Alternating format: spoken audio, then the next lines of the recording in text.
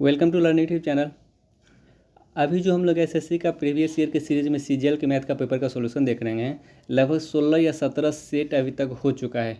ठीक है, और आज हम लोग 12 जून 2019 का सेकेंड शिफ्ट का पेपर का सॉल्यूशन देखेंगे। और जो क्वेश्चन मिलेगा वो आपका पीछे से रिपीटेटिव क्वेश्चन मिलेगा, यानी अभी तक हम जितना सॉल्यूशन देख चुके हैं उसी में से क्वेश्चन रहेगा आपका। तो हम सभी क्वेश्चन का डिटेल सॉल्यूशन और शॉर्टकट में देख लेते हैं कि कैसे हम सवाल को जल्दीबाजी में बना सकते हैं। इसमें है त्रिभुज ए बी सी और आर क्यू पी समरूप है, और पी क्यू 10 सेंटीमीटर दिया गया, Q R 12 centimetre, R P 18 centimetre दिया गया है। अब बोला जा रहा है यदि area of P Q are और ए बी सी का जो अनुपात है वो 4/9 है तो ए बी किसके बराबर होगा। तो सबसे पहले हमको पता होगा कि त्रिभुज ए बी सी और आर पी क्यू समरूप है आर क्यू पी, तो इसके जो करस्पॉन्डिंग साइड का रेशियो होगा वो इक्वल हो जाएगा। यानी अगर हम इसमें ए बी लेंगे तो इसमें हमें क्या लेना पड़ेगा, आर क्यू लेना पड़ेगा। यानी ए बी और आर क्यू का रेशियो, इसमें बी सी लेंगे तो इसमें क्या लेना पड़ेगा, क्यू पी लेना पड़ेगा, बी सी और क्यू पी का रेशियो। और अगर हम इसमें ए सी लेंगे तो इसमें आर पी लेना पड़ेगा। इसमें अगर हम ए सी लेते हैं तो इसमें हमें क्या लेना पड़ेगा, आर पी लेना पड़ेगा। यानी इसके जो करस्पॉन्डिंग साइड का रेशियो होगा इक्वल होगा। और हमें पता है जब दो त्रिभुज समरूप होता है तो दोनों के जो एरिया का अनुपात होता है, area of A B C और area of P Q R, इसको जो एरिया का अनुपात होगा इसके भुजा के अनुपात के बराबर हो जाएगा, भुजा के अनुपात के स्क्वायर के बराबर होगा। तो अगर हमें इसमें ए बी का मान निकालना है तो हम ए बी सी में ए बी ले लेते हैं, और अगर हम ए बी लेंगे तो इसमें क्या लेना पड़ेगा, आर क्यू लेना पड़ेगा, यानी ए बी अनुपात आर क्यू का स्क्वायर। और ए बी सी और पी क्यू आर का जो अनुपात दिया गया वो 9:4 है, 9/4, क्योंकि पी क्यू आर पहले ले लिया गया ना, पी क्यू आर को इसे, और तो पी क्यू आर का जो एरिया अगर 4 है तो ए बी सी का एरिया 9, तो पी क्यू आर को हम लोग 4 लिए और ए बी सी को 9, यानी यहाँ पर उल्टा लिख लिए। तो ए बी हमें निकालना है, और आर क्यू का लंबाई कितना दिया गया है, आर क्यू का लंबाई 12 सेंटीमीटर दिया गया, बट्टा 12 का स्क्वायर, और ये स्क्वायर करेंगे तो इधर अंदर रूट आएगा, और ये अंदर रूट आएगा तो कितना हो जाएगा, 3/2, 2 से ये 6 बार में, तो ए बी बराबर कितना हो जाएगा, 6 × 3 यानी 18 सेंटीमीटर। यानी इस सवाल का जो आंसर होगा ऑप्शन नंबर बी हो जाएगा। अब नेक्स्ट सवाल देखते हैं। ओ केंद्र वाले एक वृत्त में ए बी सी एक चाप है। जैसे एक वृत्त है,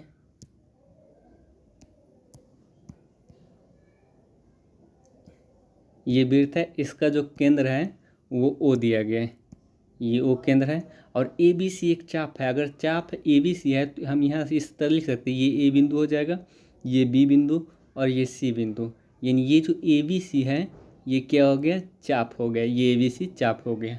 ठीक है, अब बोलो जो वृत्त के केंद्र पर 132 डिग्री कोण बनाती है, यानी ये जो चाप है ये वृत्त के केंद्र पर कितना बना रही है, 132 डिग्री का कोण बना रही है। यानी ये जो है 132 डिग्री का कोण बना रही है, ये वो था। अब बोला जीवा ए बी को पी तक खींचा जाता है, यानी ये जो जीवा ए बी है इसको पी तक खींचा गया, पी तक खींचा गया, तो सी बी पी का मान निकालना है। यानी ये सी बी पी, यानी ये एंगल निकालना है, सी बी पी, ये एंगल। ठीक है, सबसे पहले आप लोग को पता होगा कि अगर मान चलिए अगर हमें ये एंगल पता चल जाए तो हम ये एंगल ईजिली 180 में से घटा के निकाल सकते हैं। और ये एंगल पता करने के लिए, यानी लघु वृत्तखंड पे कोण पता करने के लिए सबसे पहले क्या करना पड़ेगा, ये ए सी जो जीवा है इसके द्वारा आपको, ए सी जो चाप है इसके द्वारा आपको दीर्घ वृत्तखंड पे कोण बनाना पड़ेगा। दीर्घ वृत्तखंड पे अगर कोण बनाएंगे तो ये 132 डिग्री है, तो दीर्घ वृत्तखंड पे उसका आधा यानी 66 डिग्री कोण बनेगा, क्योंकि केंद्र पे जो कोण बनता है वो परिधि पे बने कोण का दोगुना होता है। अब ये 66 डिग्री जब आ गया तो ये भी 66 डिग्री होगा। कैसे, वो बता देते हैं। जैसे अगर एक वृत्त में कोई चक्रीय चतुर्भुज हो, ठीक है, ये चक्रीय चतुर्भुज हो, इस चक्रीय चतुर्भुज में किसी एक भुजा को बढ़ा देते हैं तो इसके जो बाह्य कोण होगा, इसका जो बाह्य कोण वो आंतरिक, यानी ये जो आंतरिक कोण है इसके सम्मुख कोण के बराबर होगा। यानी ये एक्स तो ये भी एक्स हो जाएगा। कैसे, जैसे अगर ये एक्स है तो आप ये एंगल निकालने के लिए 180 में से एक्स को घटाएंगे, और फिर हमें चक्रीय चतुर्भुज में आमने सामने कोणों का योग 180 होता है, फिर ये एंगल को आप 180 में से घटाएंगे तो क्या हो जाएगा, 180 कट जाएगा और एक्स बच जाएगा। तो सेम उसी तरह से ये 66 है, तो इस एंगल को निकालने के लिए 180 में से घटाना पड़ेगा। अब फिर 180 में से घटा के जो आएगा तो फिर उस एंगल को भी 180 में से घटाएंगे तो 180 कट जाएगा और ये भी 66 डिग्री। ऑप्शन नंबर 20 का राइट आंसर हो जाएगा।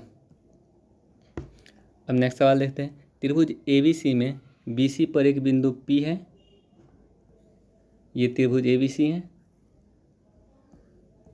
ABC में BC पर कोई बिंदु P इस प्रकार है कि BP अनुपात PC 3:4 है, यानी BP अगर 3 तो PC कितना हो जाएगा, 4 हो जाएगा।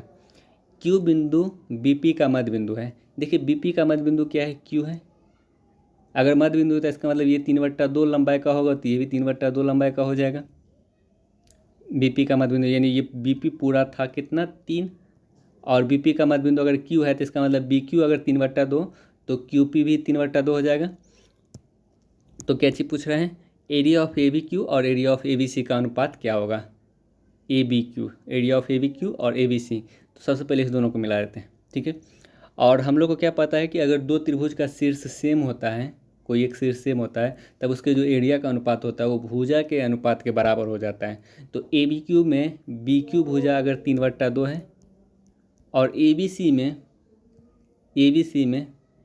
BC भुजा कितना है, 3 + 4 7 है, यानी इसके जो एरिया का अनुपात होगा 3 ये 2 हो जाएगा तो 14, यानी ऑप्शन नंबर C इसका राइट आंसर हो जाएगा। अब नेक्स्ट सवाल देखते हैं। 60 विद्यार्थियों की कक्षा में 40% लड़कियां हैं, यानी 60 का 40% 24 होता है। 24 क्या है, लड़की है। तो बाकी जो 36 बचा, बाकी जो 36 वो क्या हो जाएगा, लड़का हो बच जाएगा। अब क्या बोला जा रहा है, यदि पूरी कक्षा का औसत वजन 59.2 kg है और लड़कियों का औसत वजन 55 kg है, ये किमी कहाँ से आ गया, kg, किग्रा। अगर लड़कियों का औसत वजन 55 किग्रा है तो लड़कों का औसत वजन कितना होगा। देखिए लड़की का औसत वजन 55 दिया गया है और लड़का का औसत वजन हम लोग x मान लेते हैं। अगर बेसिक से पहले हम इसका बेसिक बताए थे, उसके बाद हम लोग इसका शॉर्टकट भी देखेंगे। तो अब हम यहाँ क्या करेंगे, लड़की का टोटल वजन निकालेंगे 24 × 55, लड़की का टोटल वजन, और लड़का का टोटल वजन कितना हो जाएगा 36 × x, और ये मिला के टोटल जो स्कूल का वजन हो रहा है, टोटल कक्षा का जो वजन हो रहा है वो 59.2। अगर औसत वजन 59.2 हो रहा है तो टोटल कक्षा का, तो टोटल वजन कितना हो जाएगा 60 × 59.2, यानी हमें इतना कैलकुलेशन करना पड़ेगा, ठीक है। अगर इसको शॉर्टकट में बनाना है तब कैसे बनाएंगे वो भी हम लोग देख लेते हैं, यानी बैलेंस करके हम लोग बनाएंगे। औसत को हम लोग क्या करेंगे, बैलेंस करके बनाएंगे। जैसे 60 विद्यार्थी के कक्षा में 40% लड़कियां हैं, यानी 60 का 40% 24 क्या है, लड़की है। तो बाकी जो 36 बचेगा वो क्या बच जाएगा, लड़का बच जाएगा। 36 लड़का, 24, 60 में 24 लड़की है तो 36 लड़का हो जाएगा। देखिए लड़की का औसत वजन 55 है और पूरी कक्षा का जो औसत वजन है वो 59.2 है। पूरी कक्षा का औसत वजन 59.2, तो लड़का का औसत वजन कितना होगा। देखिए अगर हम देखें लड़की के औसत, लड़की पर अगर हम गौर करें लड़की के वजन पे, तो कितना औसत से कितना कम हो रहा है, यानी औसत से 4.2 कम हो रहा है। औसत से लड़की का अगर हम वजन का बात करें तो औसत से कितना कम हो रहा है, 4.2 कम हो रहा है। अगर औसत में 4.2 कम हो रहा है तो टोटल कितना का कमी हो जाएगा, 4.2 × 24, यानी इतना का कमी हो जाएगा। औसत को संतुलन में रखने के लिए, औसत को 59.2 संतुलन में रखने के लिए अगर लड़की के वजन में टोटल 4.2 × 24 यानी इतना का कमी हो रहा है, तो लड़का के औसत वजन में हमें इतना वृद्धि करना पड़ेगा। लड़का को टोटल वजन में इतना वृद्धि करना पड़ेगा, ठीक है। टोटल वजन में इतना वृद्धि करना पड़ेगा टोटल वजन में, लेकिन औसत में कितना वृद्धि करना पड़ेगा। हम 36 लड़का है तो 36 से डिवाइड कर दें, यानी 6 × 7 = 42, और 6 से 4 बार में, और 7 से ये 0.6 बार में, यानी 2.4 औसत में वृद्धि करना पड़ेगा लड़का का। यानी पहले था 59.2, अगर हम इसमें 2.4 का वृद्धि करेंगे, सॉरी ये 6 × 36 यानी 6 बार में, और ये 2.8 का वृद्धि करना पड़ेगा। 2.8 का अगर हम वृद्धि करेंगे तो कितना आ जाएगा, ये 60 2 62 यानी 62 आ जाएगा। यानी इसका जो आंसर होगा लड़का का जो औसत वजन, ऑप्शन नंबर ए इसका राइट आंसर हो जाएगा, ठीक है। इसमें हमें ज़्यादा कैलकुलेशन नहीं करना पड़ेगा, हम देख लेंगे क्या करेंगे। यहाँ पे जितना लड़की में जितना औसत में कमी होगा यानी टोटल में कमी होगा उतना लड़का में बढ़ना चाहिए टोटल में। तो टोटल में कितना बढ़ेगा 4.2 गुना 24, तो औसत में कितना बढ़ेगा 36 हम लोग डिवाइड करेंगे तो 2.8 आ गया, यानी 2.8 लड़का के औसत में वृद्धि होना चाहिए। तो अगर पूरी कक्षा का औसत 59.2 था, उसमें हम 2.8 का वृद्धि करेंगे तो जो लड़का का जो औसत वजन आएगा वो 62 आ जाएगा। अब नेक्स्ट सवाल देखते हैं। ये सवाल लगभग 3-4 सेट से आ रहा है और इसका हम लोग शॉर्टकट भी देख चुके थे, फिर भी देख लेते एक बार आज। दो वस्तु में से प्रत्येक को 4880 रुपया के मूल्य पर बेचा जाता है। उनमें से एक वस्तु पर विक्रेता को 22% का लाभ होता है। यानी अगर CP 100 रुपया है तो SP कितना हो जाएगा 122 हो जाएगा। ठीक है, अनुपात में पहले ले आते हैं। और दूसरी वस्तु पर 20% का हानि होता है। अगर दूसरी वस्तु का CP 100 है तो SP कितना हो जाएगा 80, 20% का हानि हो रहा है। अब क्या बोला, विक्रेता को कुल मिलाकर कितने प्रतिशत का लाभ अथवा हानि हुए। और ऊपर जो आपके पास स्टेटमेंट है वो बोला गया कि दोनों वस्तु प्रत्येक को 4880 रुपये में बेचा गया। देखिए अगर इसको भी 4800, इस देखिए बहुत सारा सवाल में आपको क्या मिलेगा 122 और 80 का मल्टीपल मिलेगा आपको 4800, यानी यहाँ पे जो विक्रय मूल्य दिया रहेगा ये इस दोनों का मल्टीपल मिलेगा। लेकिन यहाँ पे इस दोनों का मल्टीपल नहीं है तो हम क्या करते, एक अनुपात को हम लोग चेंज करके उसको ऐसा अनुपात में कन्वर्ट करने की कोशिश करते हैं कि दोनों का मल्टीपल 4880 हो जाए। अगर हम 2 से काटेंगे, अगर हम इसको 2 से काटेंगे तो कितना बार में कटेगा 61 बार में, और 2 से इसको काटेंगे तो 50 बार में। अब 61 और 80 का जो मल्टीपल हो रहा है वो 4880 हो रहा है। ठीक है, अब हम क्या करेंगे, इसी दोनों अनुपात पे सवाल को बना लेंगे। जैसे इस पहला का भी विक्रय मूल्य 4880 है, दूसरा का भी विक्रय मूल्य 4880 है। इन पहला के विक्रय मूल्य को 4880 बनाने के लिए 80 से गुना करना पड़ेगा, तभी ये 4880 बनेगा। और इसको भी अगर हम क्रय मूल्य में 80 विक्रय मूल्य में 80 से मल्टीप्लाई किए तो क्रय मूल्य में भी 80 से मल्टीप्लाई करेंगे, इसका मतलब इसका जो क्रय मूल्य होगा वो 4000 हो जाएगा। ठीक है, और इसको हम 4880 बनाने के लिए 61 से गुना करेंगे तो ये 6100 इसका विक्रय मूल्य आ जाएगा। अगर हम इधर 61 से गुना किए तो इधर भी 61 से गुना करेंगे तो इसका जो विक्रय मूल्य आएगा 6100 हो जाएगा। तो टोटल क्रय मूल्य कितना आ गया 0016410,100, और टोटल विक्रय मूल्य कितना आ गया 0896410, 10,980।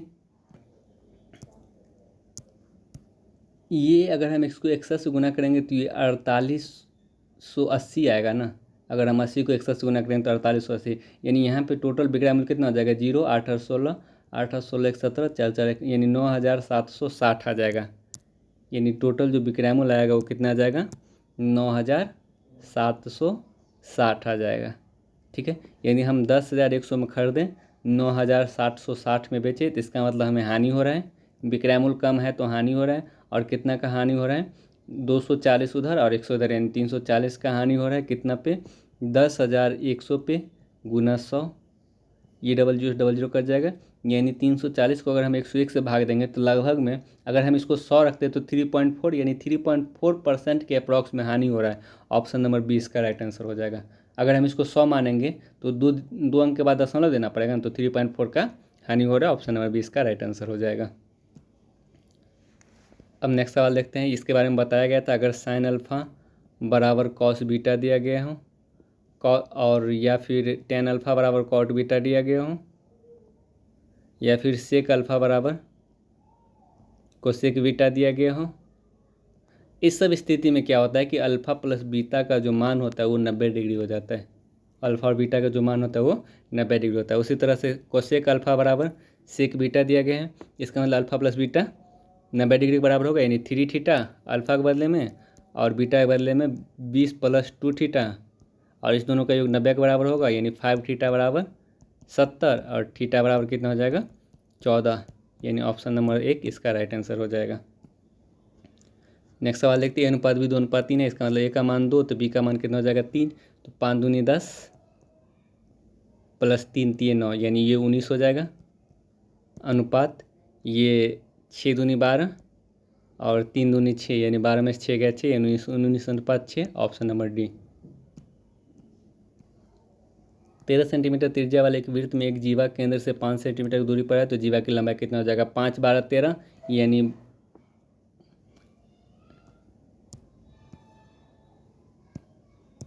ये 13 सेंटीमीटर का जीवा है। ये वृत्त के केंद्र से 13 सेंटीमीटर त्रिज्या वाला, सॉरी त्रिज्या 13 सेंटीमीटर, जीवा नहीं, त्रिज्या 13 सेंटीमीटर है।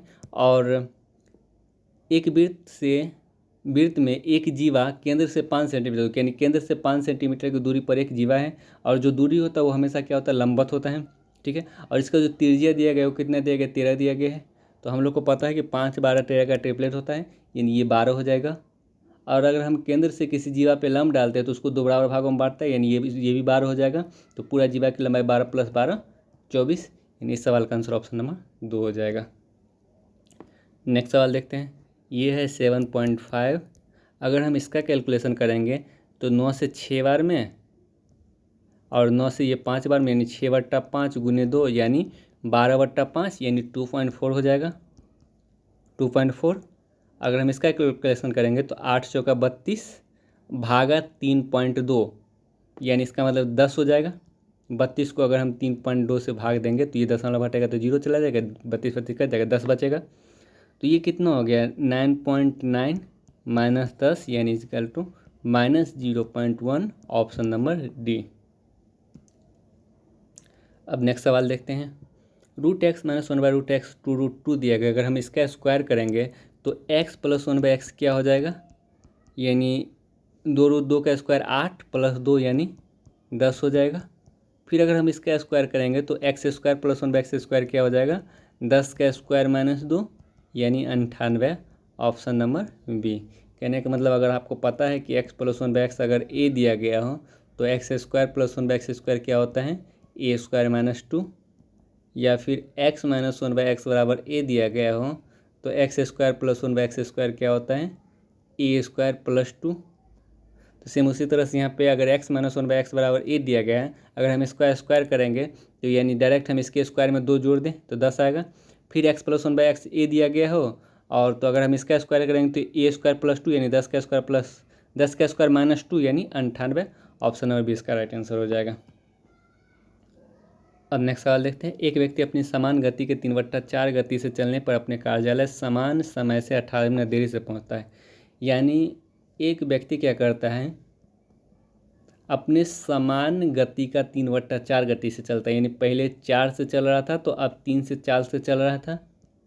अगर चाल का अनुपात उसका 4:3 हो गया तो समय का अनुपात क्या हो जाएगा, समय का जो अनुपात होता है चाल के अनुपात का उल्टा होता है, यानी 3:4 हो जाएगा। तो कितना देरी हो रहा है, अब पहले 3 मिनट में पहुंच जाता था, अब 4 मिनट में पहुंच जाता है, कितना देरी हो रहा है, 1 का देरी हो रहा है। लेकिन यहाँ पे बोला 18 मिनट का देरी हो रहा है, यानी 1 का वैल्यू जब 18 दिया गया है तो क्या चीज़ पूछा, उस कार्यालय पहुँचने में उसका समान समय क्या है। तो सामान्य समय 3 था, यानी 1 का वैल्यू 18, तो 3 का वैल्यू कितना हो जाएगा, 18 × 3 = 54, यानी ऑप्शन नंबर सी इसका राइट आंसर हो जाएगा।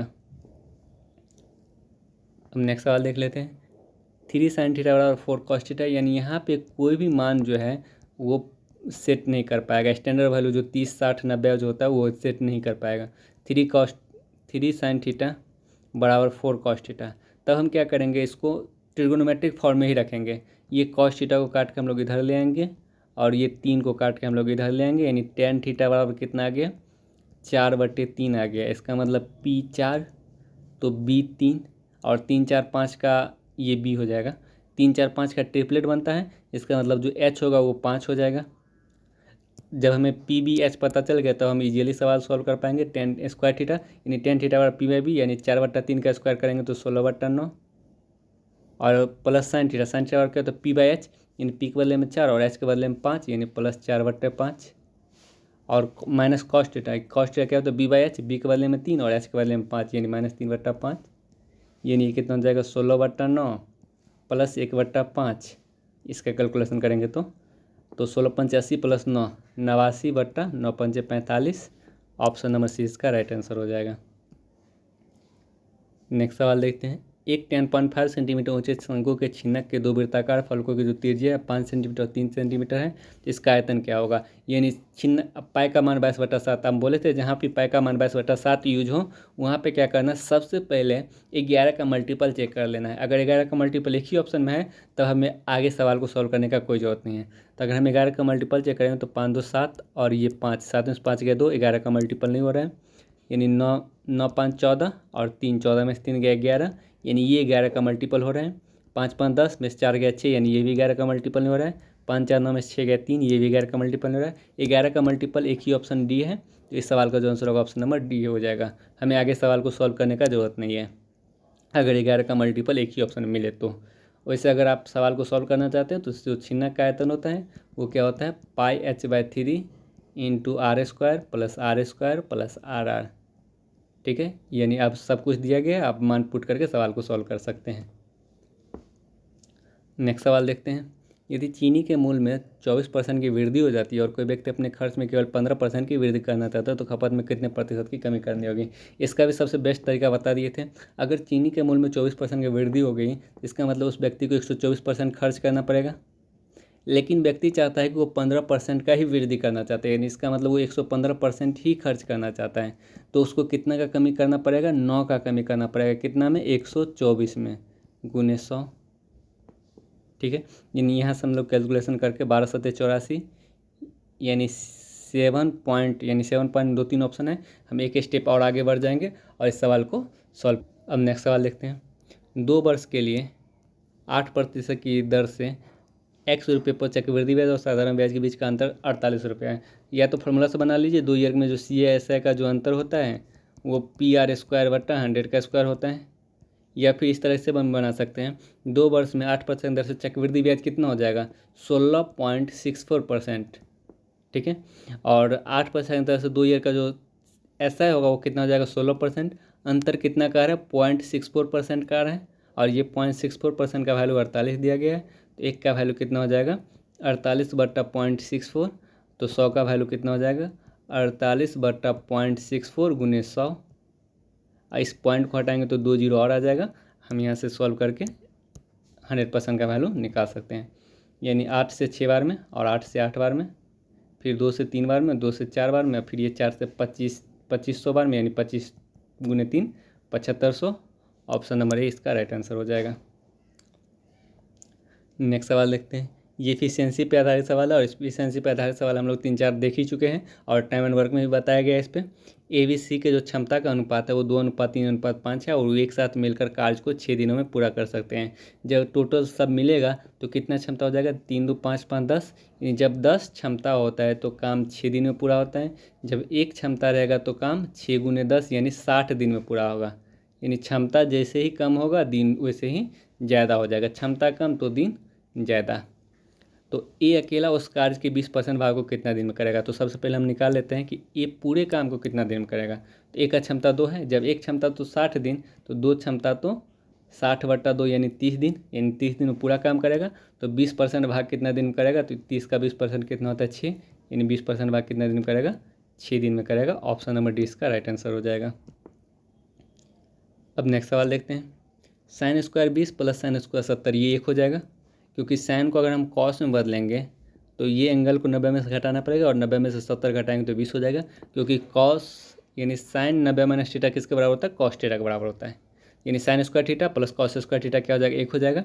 माइनस tan 45 कितना होता है, 1 होता है, यानी -1 हो जाएगा। ये tan 45 1, और sec 60 कितना होता है, 2 प्लस 2, यानी ये 1 1 कट जाएगा, तो आंसर क्या आ जाएगा, 2, ऑप्शन नंबर ए। अब नेक्स्ट सवाल देखते हैं। एक वस्तु को 25% और 15% की कार्मिक छूट के बाद 612 रुपये में बेचा जाता है, तो उस वस्तु का अंकित मूल्य क्या होगा। ये नामांकित मूल्य x मानेंगे। अगर हम 25% छूट दे रहे हो तो 75% बेच रहे हैं, उसका शॉर्ट फॉर्म 3/4। अगर 15% छूट दे रहे हैं, 85% बेच रहे हैं, तो उसका शॉर्ट फॉर्म 17/20, और विक्रय मूल्य कितना हो रहा है, 612 हो रहा है। तो पहले 17 से काट लें, 17 × 51, 17 × 6 = 102, फिर 3 से कितना बार में, 12 बार में, यानी 12 × 4 = 48, दूना 96, यानी x इक्वल कितना हो जाएगा, 960, ऑप्शन नंबर बी। नेक्स्ट देख लेते हैं। यानी x के किस मान के लिए 7 अंकों वाली संख्या 6 9 1 3 x 0 8 किससे विभाज्य हो, 88 से विभाज्य हो। देखिए 88 से विभाज्य हो, इसका मतलब जो संख्या 8 और 11 दोनों से विभाज्य होगा वो संख्या 88 से विभाज्य होगा। 8 और 11, देखिए 8, अगर हम 8 से डिविजिबिलिटी का चेक करेंगे तो लास्ट का 3 अंक चेक करना पड़ेगा, और x के जगह पे 2 या 3 मान पॉसिबल हो सकता है अगर हम 8 का डिविजिबिलिटी से चेक करेंगे तो। इसीलिए हमें क्या करना पड़ेगा, 11 का डिविजिबिलिटी चेक कर लेते ताकि हमें एक ही मान सेटिस्फाइड हो वहाँ पे। नहीं तो अगर हम 8 का डिविजिबिलिटी चेक करेंगे तो 2-3 मान सेटिस्फाइड हो जाएगा। इसीलिए हम 11 का मल्टीपल चेक कर लेते हैं। तो 11 के डिविजिबिलिटी रूल क्या होता है, पहले सम स्थानों का अंतर देख लेते हैं। 6 एक 7 प्लस एक्स प्लस 8 यानी 8 7 15 प्लस एक्स हो जाएगा। ये विषम अंकों के योग, विषम स्थानों के अंकों का योग। सम स्थानों के अंकों का योग कितना हो रहा है, 9 3 12 प्लस 0 यानी 12 हो रहा है। तो इस दोनों का जो अंतर होना चाहिए यानी 15 प्लस एक्स और -12 का जो अंतर होना चाहिए वो या तो 0 होना चाहिए। अंतर तो 0 हो नहीं सकता क्योंकि ये ज़्यादा है, ज़्यादा में से कम को घटाएंगे तो कुछ ना कुछ प्राप्त होगा ही, 0 तो प्राप्त हो नहीं सकता है। तो हमें क्या करना पड़ेगा, इस दोनों का अंतर या तो 0 हो या तो 11 का मल्टीपल हो। तो हम लोग 11 का मल्टीपल रख लेते हैं 11। तो 15 प्लस एक्स बराबर कितना हो जाएगा, 11 12 23। तो एक्स बराबर कितना हो जाएगा 8। इस सवाल का जो आंसर होगा ऑप्शन नंबर बी हो जाएगा। नेक्स्ट सवाल देखते हैं। ए प्लस बी 5 दिया गया, ए बी 3 दिया गया, A cube plus B cube. A cube plus B cube का क्या फॉर्मूला होता है, ए प्लस बी का whole cube minus 3ab into A plus B. तो ए प्लस बी कितना दिया गया 5, 5 का क्यूब 125 माइनस 3 ए बी के बदले में 3 और ए प्लस बी के बदले में कितना 5 यानी 3 3 9 5 45। अगर हम घटा देंगे तो 125 में से 45 तो 80 आ जाएगा। इस सवाल का आंसर ऑप्शन नंबर बी। अब नेक्स्ट सवाल देखते हैं। A plus B plus C 6 दिया गया और A cube plus B cube plus C cube minus 3ab से 126 दिया गया। यानी 2 ही इक्वेशन दिया गया है। तो जब 2 इक्वेशन दिया जाता है तो हम लोग क्या करते हैं, 2 वेरिएबल को फिक्स कर देते हैं, तीसरा वेरिएबल को हम लोग कोई भी मान रख सकते हैं। तो हम लोग क्या करते हैं, तीसरा वेरिएबल को हम लोग 0 कर देते हैं। अगर हम ये 0 करेंगे तो ये 0 हट जाएगा यानी ए प्लस बी कितना आ जाएगा 6 आ जाएगा। और अगर हम सी को 0 किए तो ये हट जाएगा सी, और ये सी 0 से गुना करेंगे ये हट जाएगा यानी ए क्यू प्लस बी क्यू कितना आ गया मेरे पास, ये आ गया कितना 126 आ गया। अगर हम सी के बदले में 0 रखेंगे यानी ये हट जाएगा और ये हट जाएगा, सी वाला हट जाएगा तो ए बी कितना आ जाएगा, ए बी आ जाएगा। ए बी का मान निकालना है, ठीक है। तो A cube plus B cube का क्या फार्मूला होता है, ए प्लस बी का whole cube minus 3ab into A plus B, और ये किसके बराबर है 126 के बराबर है। और ए प्लस बी किसके बराबर है 6 के बराबर है, यानी 6 का क्यूब 216 माइनस 3ab निकालना है।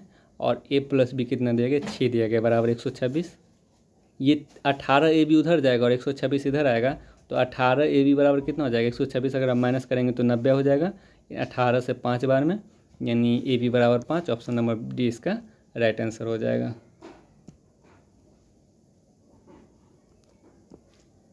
अब नेक्स्ट सवाल डी एस है, उसको भी देख लेते हैं हम लोग जल्दीबाजी में। 2014 की तुलना में 2016 में राज्य बी में चावल में कितने प्रतिशत की वृद्धि हुई है। देखिए 2014 में राज्य बी में 4.8 था और 16 में कितना हो गया 5.7 हो गया राज्य बी में। तो कितना का वृद्धि हुआ 0.9 का वृद्धि हुआ, कितना में 4.8 में गुने 100, यानी यहाँ से हम लोग कैलकुलेशन करके हम निकाल सकते हैं कितना दिन। पहले हम इसको काट लेते हैं 3 से 3 बार में, 3 से 16 बार में, यानी 16 से 1 बार में तो बचेगा 14 16 सत्ते, हाँ ठीक है, यानी 7 बार में फिर लग जाएगा। 7 बार में 112 ही होता है, 16 8 8 बार में लगेगा, 16 8 128, फिर बचेगा 12, फिर 16 सत्ते 112 यानी 18.7 के अप्रॉक्स में जाएगा। ऑप्शन नंबर इसका राइट आंसर हो जाएगा। अब नेक्स्ट सवाल देखते हैं। यदि सभी 6 वर्षों में तीनों राज्य के कुल उत्पादन के आंकड़ों को वृत्त आरेख के रूप में दर्शाया जाए तो वर्ष 2014 में दर्शाने वाले त्रिज्यखंड का केंद्रीय कोण क्या होगा। यानी अगर हम सभी राज्यों को अगर हम लोग एक त्रिज्यखंड में दर्शाएं तो 2014 में जो उत्पादन हुआ था उसका केंद्रीय कोण क्या होगा। यानी 2014 में जो उत्पादन हुआ था वो सभी वर्षों के उत्पादन से केंद्रीय कोण उसका निकालना है। तो सबसे पहले क्या करते हैं हम इसको पहले सभी वर्षों के केंद्रीय कोण सभी वर्षों का टोटल जो उत्पादन होता है वो निकाल लेते हैं, और इसको हम लोग राज्य ए बी सी का अलग अलग उत्पादन निकाल लेते हैं, क्योंकि अगर हमें आगे कहीं जरूरत पड़ेगा राज्य ए बी सी का तो हमें दोबारा कैलकुलेशन नहीं करना पड़ेगा।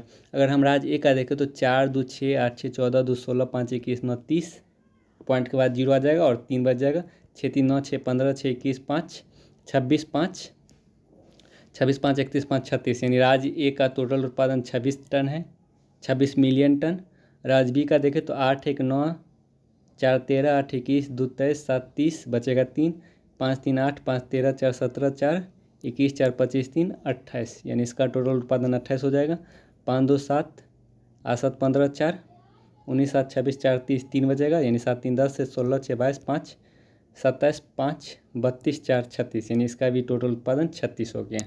ठीक है, अब हम बात करें वर्ष 2014 2014 में टोटल उत्पादन कितना हुआ था, यानी 8 2 10 4 14 बचेगा 1, यानी 6 4 10 16 1 17, यानी 17.4 टन हुआ था, 17.4 मिलियन टन। टोटल कितना में, अगर हम टोटल जोड़ें तो यानी 8 से 14 6 20 और 3 2 5 8 2 10, यानी 100 में 17.4 हुआ था 100 में। और तो हमें केंद्रीय को निकालना है ना, तो 360 से गुना करेंगे। अगर हमें परसेंटेज में निकालना रहता तब तो हम 100 से गुना करते, लेकिन केंद्रीय को निकालना है तो 360 से गुना करेंगे। तो अगर हम 360 से इसको गुना करेंगे तो इसका जो आंसर आएगा कितना आ जाएगा, ये अप्रॉक्स में 63 के लगभग में आ जाएगा। तो ऑप्शन नंबर ए इसका राइट आंसर हो जाएगा। अब नेक्स्ट सवाल देखते हैं, सभी वर्षों में राज्य ए के औसत उत्पादन कितना है। देखिए राज्य ए में हम लोग निकाले थे तो टोटल उत्पादन 36 आया था, टोटल उत्पादन 36 आया था। और कितना वर्ष में, 1 2 3 4 5 6 वर्ष में, तो 6 से डिवाइड कर देंगे तो यानी जो औसत आ जाएगा वो 6 आ जाएगा। ऑप्शन नंबर डी इसका राइट आंसर हो जाएगा, जो औसत आएगा 6 मिलियन टन। इसीलिए बोले थे कि अगर मान चलिए निकालना भी था, सभी को जोड़ना भी था, तो हम लोग सभी राज्य को पहले अलग अलग लिख लेते हैं, ताकि अगर हमें कहीं आगे उसका कैलकुलेशन ज़रूरत पड़ेगा तो हमें दोबारा निकालना नहीं पड़ेगा। अब नेक्स्ट सवाल देखते हैं, सभी 3 राज्यों में चावल के वर्ष 2014 और 16 में हुए उत्पादन का अनुपात क्या है। इन 2014 में टोटल कितना उत्पादन हुआ था, 2014 में हम लोग निकाले थे, 2014 में हम लोग 17.4 निकाले थे, यानी 2014 में जो उत्पादन था वो 17.4 था। और 2016 में अगर हम जोड़ें तो यानी 6 9 7 16 4 20 2 बचेगा, यानी 6 2 8 5 13 7 20, यानी 20 आ जाएगा। तो इस दोनों का अनुपात निकालना है। तो दशमलव के बाद इस अंक को हटा दे, दोनों को हटा दे, क्योंकि दशमलव के बाद यहाँ भी एक अंक है, यहाँ भी एक अंक है। तो अब हम अगर यहाँ से काटेंगे तो कितना बार में, 2 से ये 8 बार में, 2 से 7 बार में, और ये 2 से 100 बार में, यानी 87/100। ऑप्शन नंबर डी इसका राइट आंसर हो जाएगा। तो आज का सेशन यही समाप्त होता है। वीडियो को जरूर लाइक कीजिएगा अगर पसंद आया तो, और अपने दोस्तों को भी जरूर से जरूर शेयर कीजिएगा। और जो लोग चैनल को सब्सक्राइब नहीं किए हैं, चैनल को जरूर से जरूर सब्सक्राइब कर लीजिएगा। Thanks for watching, bye bye, take care.